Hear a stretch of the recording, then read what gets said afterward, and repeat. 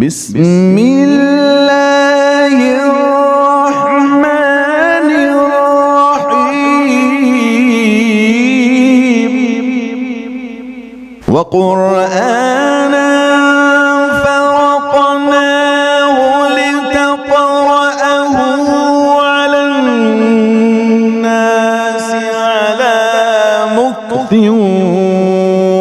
ونزلناه تنزيلا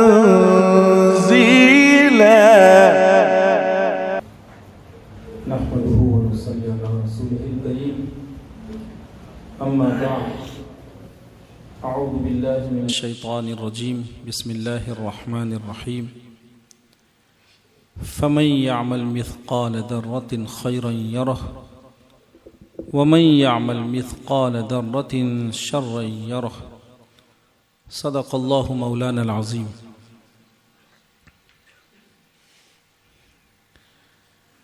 قرأت و نعت کی اس پاکیزہ اور روح پرور مجلس میں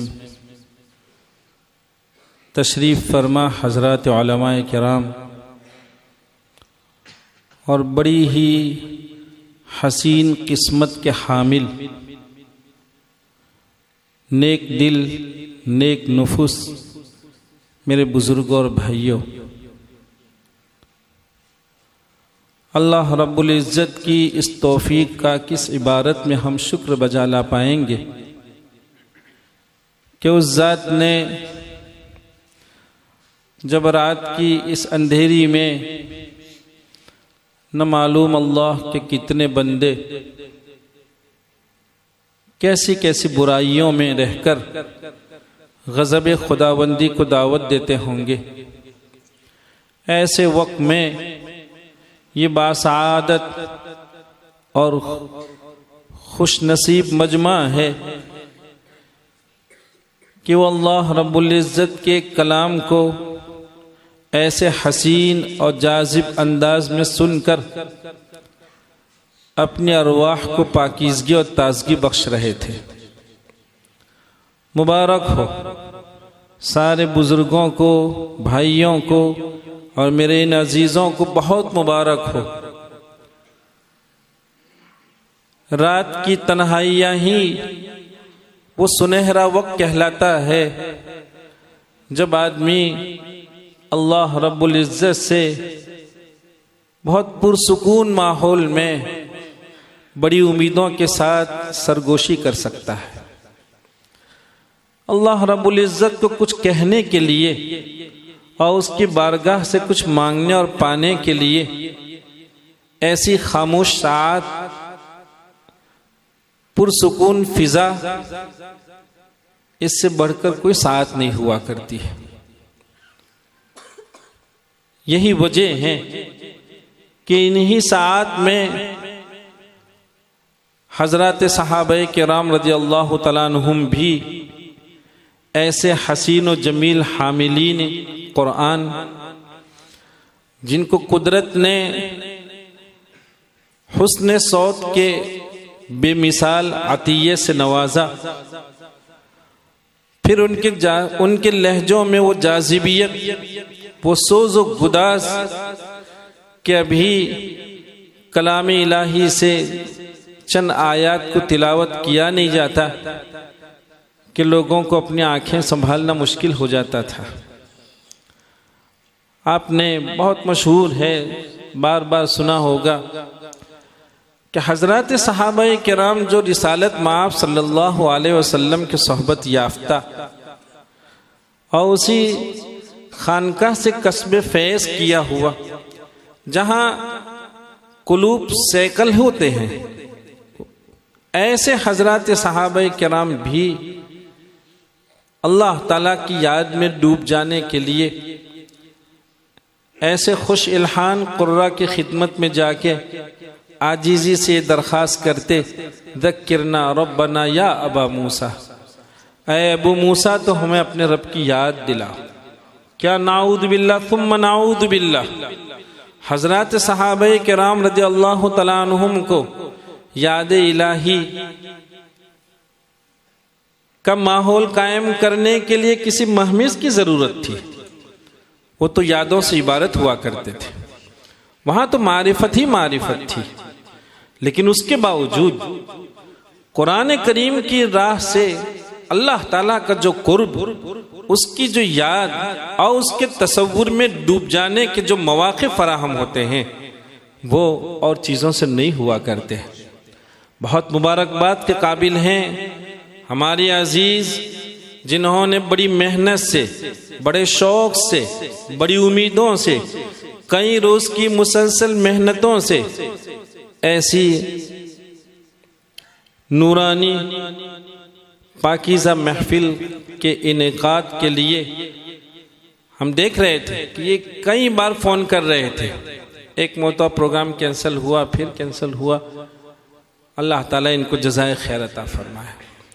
ہاں میرے بھائیوں، جب دنیا اللہ تعالیٰ کا یہ جو عطیہ ہے سیما کان، ان لوگوں سے پوچھئے جن کی یہ دولت کسی وجہ سے رخصت ہو گئی، وہ محروم ہو گئے ہیں، پوچھئے ان سے قدرت نے کیا عجیب دولت دی ہے، لیکن بہت بندے ہیں جو اس دولت کی قیمت نہیں سمجھ پانے کے نتیجے میں نہ معلوم کیسی کیسی گندی عبارتیں اور کیسے عشقیہ گانوں میں اس نعمت کو نہ صرف ضائع کرتے ہیں، بلکہ کہیے کہ جب جنت میں اللہ رب العزت اہل جنت سے یہ کہیں گے کہ اے جنت کے لوگوں، کیا تم یہ چاہتے ہو کہ میں اپنی حسین و جمیل آواز میں اپنے کلام کو سناؤں؟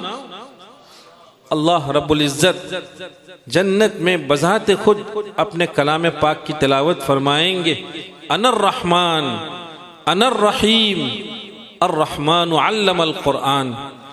وہ یاد رکھیں وہ لوگ جنہوں نے اپنی سماعتوں کو اس طرح گندی چیزوں میں ضائع کر رکھا ہے، وہ یہ نعمت نہیں پائیں گے۔ بہت بہت بہت حسین قسمت کا حامل یہ جذبہ ہے، یہ مجمع ہے جنہوں نے اپنی ان سماعتوں کی پاکیزگی کا یہ انتظام فرمایا ہے۔ اللہ تعالی ہمارے اور آپ کے مل بیٹھنے کو قبول فرمائے۔ میرے بھائیوں، اس اطمینان کے ساتھ ہمیں یہاں سے جانا ہے کہ یہ وہ مجمع ہے جس کو اللہ رب العزت نے اپنی رضا کا پروانہ دے رکھا ہے۔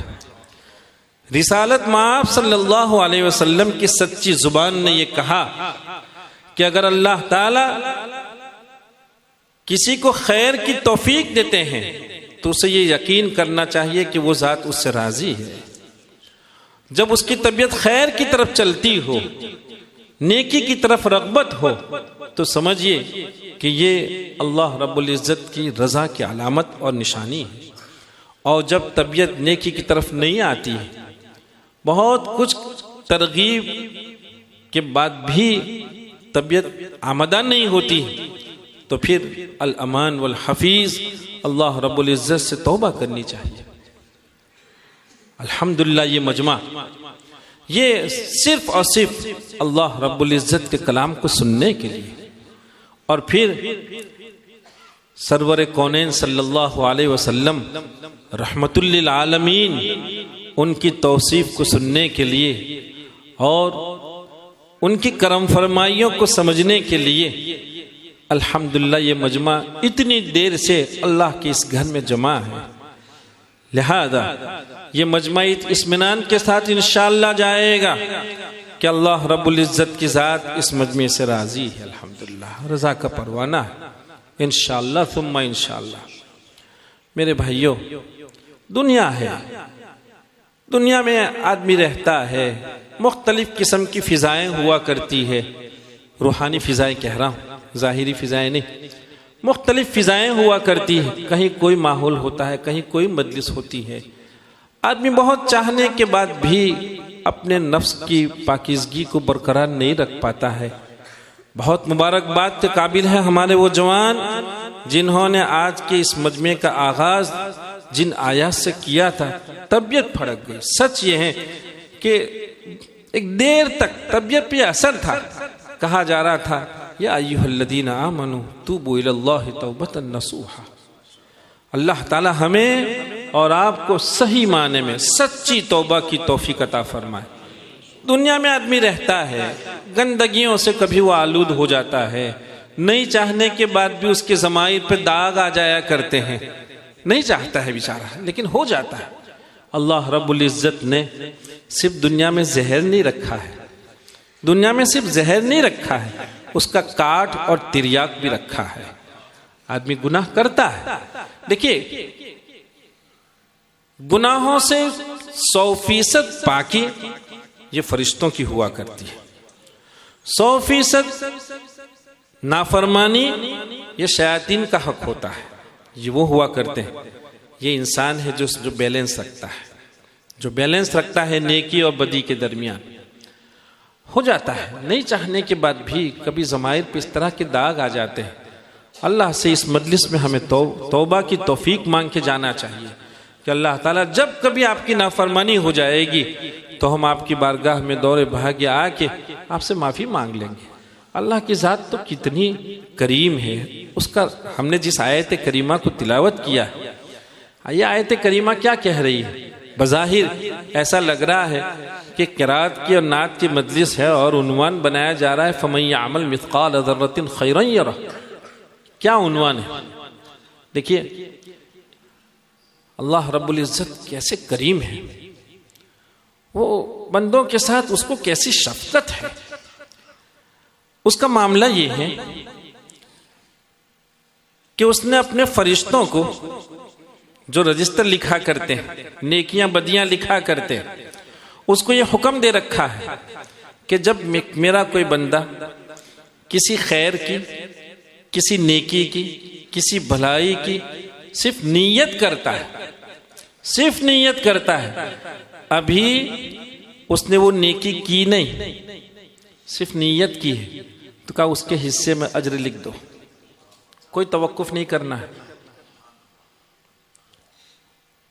ایک پھر جب وہ کار خیر کو بجا لاتا ہے کہا پھر نیکی لکھو، ایک تو ارادے کی اجر، ایک تو اور ایک ارادے کی تعمیل کا اجر۔ لیکن آگے سنیے کیا کہا گیا، وَمَن يَعْمَلْ مِثْقَالَ ذَرَّةٍ شَرًّا يَرَهُ۔ کہا جب میرا کوئی بندہ کسی گناہ میں مبتلا ہو جاتا ہے تو فرشتوں سے کہا جاتا ہے فوری طور پر اس کے رجسٹر میں گناہ نہیں لکھ دیتے ہیں، ٹھہر جاؤ، انتظار کرو، میرا بندہ ہے، اس کو کبھی یہ خیال آئے گا کہ میں نے اس کے ساتھ اتنی کرم فرمائی، اس کو بہترین آنکھیں دی، اس کو عزت سے نوازا، اس کو کبھی میں نے بھوکا پیاسا نہیں رکھا، صحت کی دولت سے نوازا، اس کو کبھی نہ کبھی خیال آئے گا کہ اس ذات کے ساتھ بھی کبھی بے وفائی ہو سکتی ہے، اس کو یہ خیال آئے گا، جس کے نتیجے میں وہ میری بارگاہ میں آ کے توبہ کے آنسو بہا لے گا۔ کہا جب تک وہ توبہ نہیں کرتا ہے اس کے کھاتے میں گناہ نہیں لکھتے، انتظار کرو۔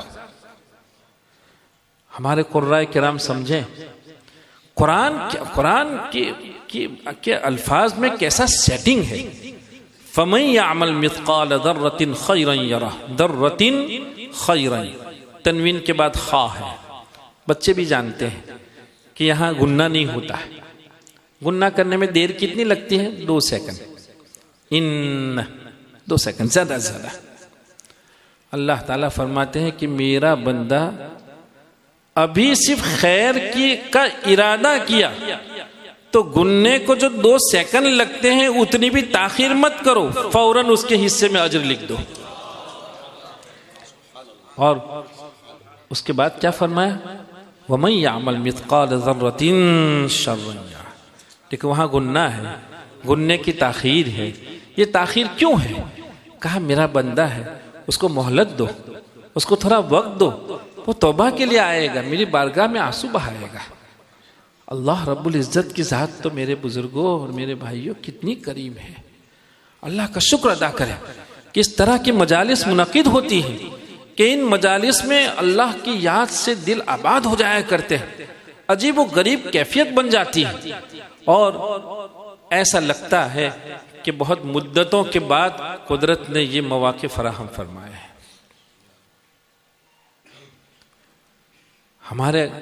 ہمارے اولیاء کرام. مجھے بیٹھے بیٹھے یاد آ رہا تھا کہ حضرت مولانا محمد علی مونگیری رحمۃ اللہ علیہ بہت بڑے اولیاء میں گزرے ہیں. ان کے صاحبزادے مولانا منت اللہ صاحب نے یہ بیان کیا ہے کہ ایک مرتبہ حضرت قاری عبد الرحمن مکی رحمۃ اللہ علیہ جو اس ملک میں اس فن کی اشاعت میں اپنا غیر معمولی رول رکھتے ہیں، کہا وہ ایک مرتبہ خانقاہ تشریف لائے. حضرت مولانا محمد علی مونگیری رحمۃ اللہ علیہ کی خانقاہ میں تشریف لائے. رات کا قیام ہوا، فجر کی نماز ہوئی. نماز کے بعد چائے کے لیے دسترخوان لگ رہا تھا. حضرت مولانا محمد علی مونگیری رحمۃ اللہ علیہ نے حضرت قاری عبد الرحمن مکی رحمۃ اللہ علیہ سے یہ درخواست کی کہ سب کچھ قرآن سنائیے، پھر ناشتہ ہوگا، چائے بعد میں ہوگی. حضرت قاری عبد الرحمن مکی رحمۃ اللہ علیہ نے نہ معلوم کس انداز میں، جب اصحاب کیف ہوا کرتے ہیں تو ان کے قلوب کی روشنی کا اثر پڑتا ہے، پڑھنے والوں پر بھی پڑتا ہے، اور پڑھنے والے کے پاس اگر یہ بات ہے تو سننے والوں پر بھی یہ اثر ہوتا ہے. چنانچہ حضرت قاری عبد الرحمن مکی رحمۃ اللہ علیہ نے ایک رکوع کو تلاوت فرمایا. حضرت مولانا محمد علی مونگیری رحمۃ اللہ علیہ اور خانقاہ میں جتنے لوگ موجود تھے سارے لوگ زار و قطار رونے لگے. قرات ختم ہوئی تو حضرت مولانا نے فرمایا کہ اور کچھ سنائیے. پھر آپ نے ایک رکوع کو تلاوت فرمایا. پھر سکتہ طاری ہو گیا سب پر. پھر قرات ختم ہوئی تو پھر فرمایا کہ اور سنائیے.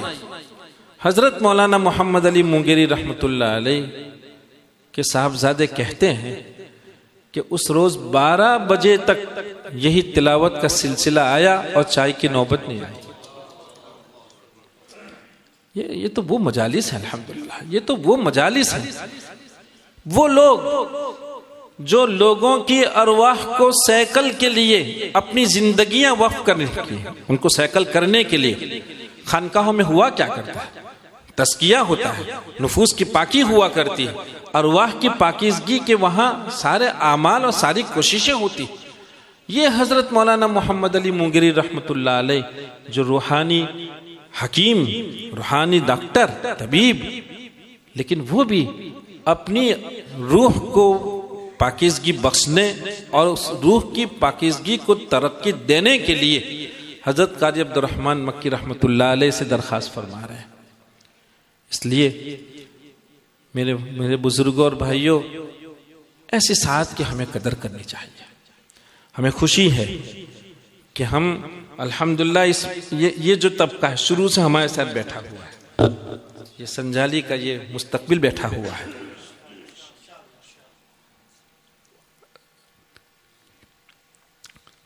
تسنّع نہیں ہے، حقیقت کہہ رہا ہوں کہ سنجالی کے اس مستقبل کو دیکھ کر میرا دل اندر سے رو رہا تھا کہ ہاں یہ وہ فہیم اور سمجھدار طبقہ ہے جو اس قوم کی اور بالخصوص اس گاؤں کی تعمیر اور اس کے روشن مستقبل کی کوشش کر رہا ہے. یہ تو ہمارا مستقبل ہے. ان کو ایسی راہ دیجئے، ایسی نیک مجالس میں لے کر جائیے ان کو اور شوق دلائیے. اسی وجہ سے ہم نے چاہا کہ ہمارے بچے ہمیں قرآن سنائیں. یہ بچے یہ خود بھی سمجھیں، ان کے اولیاء سمجھیں کہ آپ نے ابھی جن جوانوں کو اتنے شوق سے اور اتنی قبولیت کے ساتھ سنا ہے، آخر یہ بھی تو کسی زمانے میں بچے رہے ہوں گے، انہوں نے بھی تو بچپنا گزارا ہوگا. اگر قدرت نے ان کے حصے میں آواز کی ہے تو آپ کے بچوں کے حصے میں بھی یہ ساری باتیں ہیں الحمدللہ. بس ضرورت اس بات کی ہے کہ ہم اپنے بچوں کی کیا قسمت ہے اس کو سمجھیں. قدرت نے ان کی قسمت میں کیسی کیسی نعمتیں کر رکھی ہیں، کیسی صلاحیتیں. اب میرے بزرگوں اور بھائیوں بہت مختصر انداز میں کہہ رہا ہوں، اب اس قوم کے لیے وقت ضائع کرنے اللہ رحم فرمائے. اب ہمارے پاس وہ مواقع نہیں ہیں کہ 2 منٹ بھی ہمارے ضائع ہو جائیں. یاد رکھیے ایک بات، سمجھیں، بہت سمجھداری کے ساتھ خود بھی وقت گزاریں اور اپنے ان بچوں کے لیے بھی بہت سمجھداری کے ساتھ راہیں قائم کریں. ان باتوں کو سمجھنے کی کوشش کریں. ہمارا کوئی بچہ کیسے ضائع ہو جاتا ہے؟ اگر ہمارا کوئی جوان ضائع ہوتا ہے تو ہماری نیند حرام ہونی چاہیے. کوشش کیجئے اس کی نیند حرام ہو جائے ایک. لیکن اس کے ساتھ ساتھ آپ اس کو کسی پس منظر میں نہ سمجھیں. بالکل خالی ذہن ہوں، سادہ لو ہو کر گفتگو کر رہا ہوں، عام ضرورت کے تحت یہ باتیں عرض کر رہا ہوں کہ اس وقت اس طبقے کو سب سے زیادہ ضرورت ہے تو اس بات کی ہے کہ وہ آپس میں اتفاق پیدا کریں. وہ آپس میں اتفاق پیدا کریں، وہ تعلیم کی راہ اپنائیں، ایجوکیشن کو گلے لگائیں اور اپنے کسی بھی بچے کو، کوئی ایک بچہ، غریب کا بچہ کیوں نہ ہو، لیکن ہمیں یہ منظور نہیں ہونا چاہیے کہ وہ ایجوکیشن سے دور رہے. کمائی کرو، حلال کمائی کی کوشش کرو. یہ مجالس اسی لیے ہیں کہ ان مجالس میں ارواح کو جب پاکیزگی ہوگی تو قلوب نیکی کی طرف آئیں گے، خیر کی رغبت ہوگی، صحیح سمجھ پیدا ہوگی. جب ظاہر بات ہے کہ مجالس گندی ہوا کرتی ہے، صحبتیں غلط ہوا کرتی ہے تو فہم بھی سلب ہو جایا کرتی ہے، سلیم طبع سلب ہوا ختم ہو جاتی ہے. اس لیے اس مجلس کے مناسبت سے سب بھائیوں کی خدمت میں جہاں مبارکباد پیش کرتا ہوں، وہاں یہ پیغام بھی ضروری خیال کرتا ہوں کہ اس طبقے کی اس طرح کی تعمیر کی برابر کوشش کیجیے. اپنے ایسے بچوں کا انتخاب کیجیے. ان بچوں کو دنیا بھر میں بہترین قرہ ہے. اگر یہ ترتیل کی سکت نہیں رکھتے ہیں تو ان کو تدبیر سنائیے. کوئی بچہ، ہمارا کوئی بچہ رات میں کسی بہترین قاری کا ایک رکوع سنے بغیر نہیں سونا چاہیے. ہم نہیں کر پائے لیکن ہمارے بچوں کو تو کم از کم یہ راہ دکھلائیں. آپ جائیے مصر میں، مصر جائیے، دیکھیے مصر میں کہ مصر کا رکشہ چلانے والا گانوں کا شوق نہیں رکھتا ہے، قرآن کا شوق رکھتا ہے. ابھی ہم گئے تھے، شارجہ گئے تھے، کل صاحب کے ساتھ گئے تھے، مولانا نذیر صاحب کے ساتھ گئے تھے.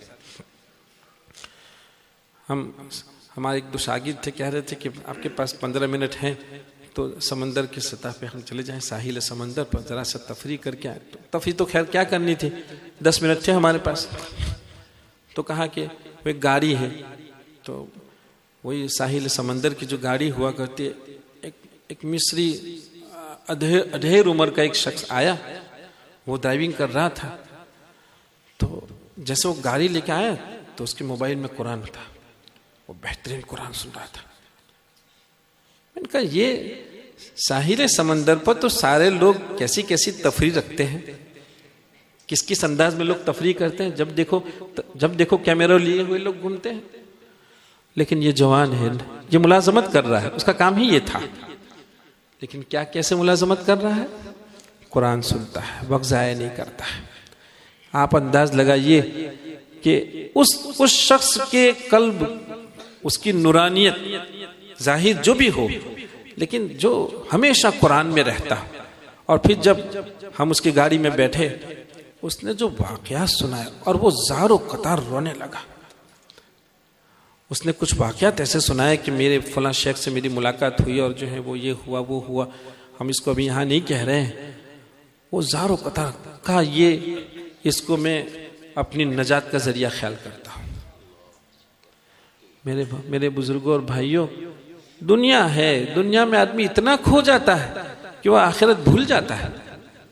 اللہ تعالیٰ آخرت کی یادیں ہمیں نصیب فرمائے، اس کا استحضار نصیب فرمائے.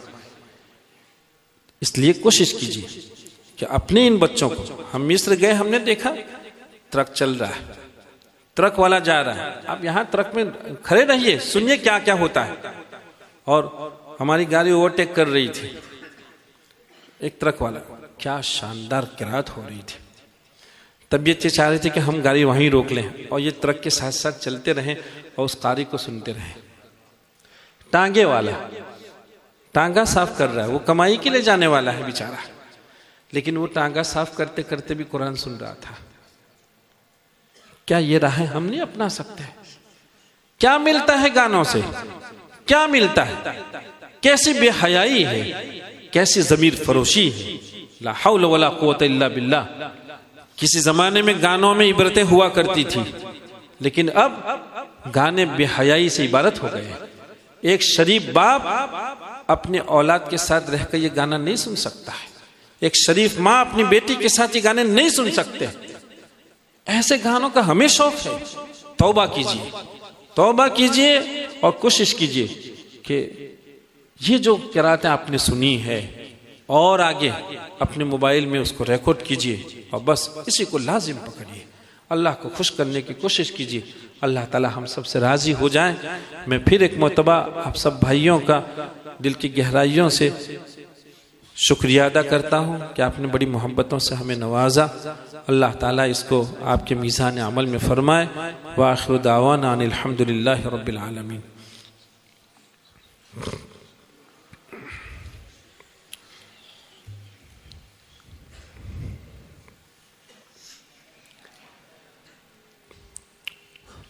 بسم اللہ الرحمن الرحیم۔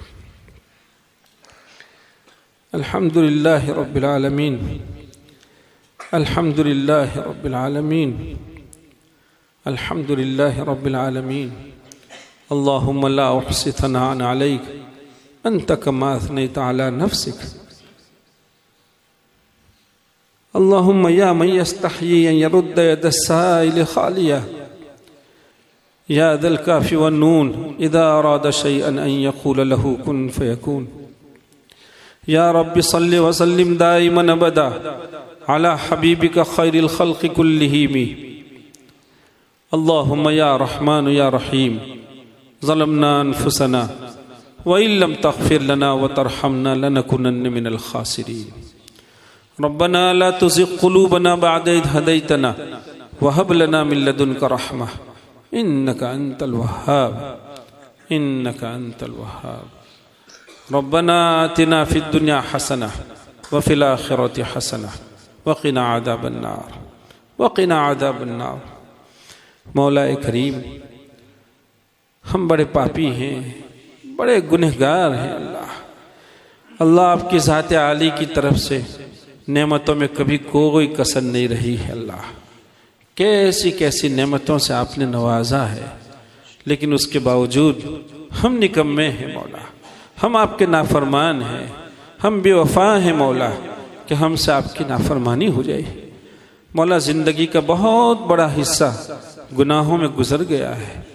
اے کریم آقا، اس مجلس کی برکت سے جو صرف اور صرف تیرے کلام پاک کے عنوان سے منعقد ہوئی ہے، اللہ تجھے تیرے کلام کا حوالہ ہے مولا، تیرے کلام پاک کا حوالہ ہے اللہ۔ اے مولا، بہت نیک دل لوگ بڑے شوق سے اس مجلس میں تیرے کلام پاک کو سن رہے تھے، تیرے محبوب صلی اللہ علیہ وسلم کی توصیف سن رہے تھے۔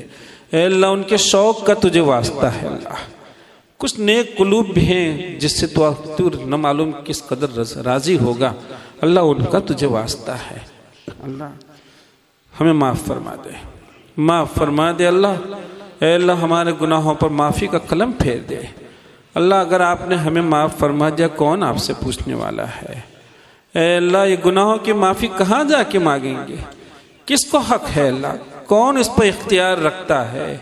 اللہ تیری ہی ایک ذات عالی ہے جو معاف کرنے والی ہے، تیرا ہی ایک اختیار ہے اللہ۔ معاف فرما دے اے اللہ، معاف فرما دے مولا، اور قلوب کی سیاہی کو ختم فرما۔ اے اللہ، قلوب کی سیاہی کو ختم فرما۔ آپ نے بہت نورانی قلب دیا تھا اللہ، لیکن ہم اس کو برقرار نہیں رکھ پائے، ہمیں معاف فرما دے، ہمیں نیک بندوں میں شامل فرما۔ اے اللہ، تیرے نیک بندوں میں شامل فرما۔ اے اللہ، تجھے جو اعمال پسند ہے اس کے ہمیں توفیق عطا فرما۔ اپنی رضا، اپنے محبوب صلی اللہ علیہ وسلم کی رضا نصیب فرما۔ اللہ، بدعمالیوں سے ہماری اور ہماری نسلوں کی حفاظت فرما۔ اے اللہ، ہماری اور ہماری نسلوں کی حفاظت فرما، ہمارے ایمان کی حفاظت فرما، عزت کی، آبرو کی، جان و مال کی، ہماری صحت کی حفاظت فرما۔ اللہ، آپ ہی ہمارے محافظ ہیں، ہم کمزور ہیں مولا، آپ کی ذات عالی سے حفاظت کی بھیک مانگتے ہیں۔ اللہ عمومی طور پر اس امت کو تیری غیبی نصرتوں کی بے انتہا ضرورت ہے۔ اللہ ہر دن کوئی نیا فتنہ، اے اللہ کیسی کیسی شرائطیں ہیں، اللہ شرائطوں سے ہماری حفاظت فرما، فتنوں سے ہماری حفاظت فرما، آفات، طوفان، مصائب، بلاؤں سے حفاظت فرما۔ اے اللہ ہمیں اتفاق کی دولت سے مالا مال فرما، اختلاف کی نحوست سے ہماری حفاظت فرما۔ اے اللہ قلوب میں نرمی پیدا فرما، خیر کی طرف دورہ بھاگا جانا یہ ہمارے حصے میں مقدر فرما۔ اے اللہ برائیوں سے کوسوں دوری نصیب فرما، اے اللہ برائیوں سے کوسوں دوری نصیب فرما۔ اللہ تیرے کلام پاک سے خصوصی طور کا تعلق نصیب فرما، محبت پیدا فرما۔ اے اللہ اس کو سننے، اس کو پڑھنے اور اس کو سمجھنے کی توفیق عطا فرما۔ بہت بابرکت مہینہ آنے جا رہا ہے، اے اللہ اس مہینے کا انتظار نصیب فرما، اس کا شوق نصیب فرما، اور جب وہ آئے تو اس کی قدردانی کی توفیق عطا فرما۔ اللہ تیرے کلام پاک کے حقوق کے باب میں ہم سے جتنی کوتاہیاں ہوئی ہے تو اس سے معافی کی بھیک مانگتے ہیں، معاف فرما دے اللہ، ہمیں معاف فرما دے مولا۔ ہماری اور ہماری نسلوں کی غیب سے تربیت فرما، اے اللہ غیب سے تربیت فرما، مشکلات کو ختم فرما، اے اللہ مصائب پریشانیوں کو ختم فرما۔ امت میں کون کون کس طرح کی پریشانیوں کا شکار ہے تیری ذات عالی اس سے خوب واقف ہے اللہ۔ بہت بندے ہیں جو نہ معلوم کیسا کیسا دکھ رکھتے ہیں اور وہ اپنے دکھ کے لیے دعاؤں کی درخواست کرتے ہیں۔ اے کریم آقا دکھیوں کو کون سنے گا تیرے اللہ؟ اے اللہ تیری ذات عالی کے سوا دکھیوں کا دکھ کون سنتا ہے اللہ؟ تماشا بی کی دنیا ہے اللہ، تماشا بینوں کی دنیا ہے۔ ایسے وقت میں دکھی کے سر پہ کون ہاتھ پھیرتا ہے؟ اللہ تجھ سے اس کی بھیک مانگتے ہیں کہ تیرے جتنے دکھی بندوں نے، چاہے وہ اپنی بیماری کی وجہ سے دکھی ہوں، اے اللہ قرضوں کی وجہ سے ہو، مظلومیت کی وجہ سے ہو، اولاد کی وجہ سے ہو، بے برکتی کی وجہ سے ہو، کمائی کی وجہ سے ہو، جس وجہ سے وہ دکھی ہوں اللہ سب کے دکھ کو سن لے۔ اے کریم آقا سب کے دکھ کو ختم فرما اللہ، سب کے دکھ کو ختم فرما۔ اے اللہ ہمیں ہمارے بیماروں کو شفا عطا فرما اور بیماریوں سے ہماری حفاظت فرما۔ صحت کی دولت سے آپ نے نوازا ہے اللہ، اس کی قدردانی کی ہمیں توفیق عطا فرما۔ اللہ ہم تو آپ کے محتاج بندے ہیں، ضرورت مند بندے ہیں، اور مولا اس یقین کے ساتھ تیری بارگاہ میں حاضر ہوئے ہیں کہ کوئی بھکاری تیرے در سے کبھی خالی ہاتھ نہیں گیا ہے اللہ۔ تو سب کا حاجت روا ہے، سب کی ضرورتیں تو ہی پوری کرتا ہے۔ اے اللہ ہم اپنی دینی دنیاوی تمام تر ضروریات کو آپ کی بارگاہ عالی میں پیش کرتے ہیں۔ اللہ ہماری مدد فرما، ہماری ضرورتوں کو غیب سے پورا فرما۔ اس مجمع میں تیرے جتنے بھی بندے اپنی جائز مرادوں کو اور اپنی جائز ضرورتوں کو لے کر حاضر ہوئے ہیں، سب کی جائز مرادوں کو ضرورتوں کو پورا فرما۔ اے اللہ سے پورا فرما، ایمان کی دولت سے ہمیشہ ہمیں مالا مال رکھے اللہ۔ اللہم انا نسألک من خیر ما سألک منہ نبیک محمد صلی اللہ علیہ وسلم ونعوذ بک من شر ما استعاذک منہ نبیک محمد صلی اللہ علیہ وسلم۔ انت المستعان وعلیک البلاغ ولا حول ولا قوة الا باللہ العلی العظیم برحمتک یا ارحم الراحمین۔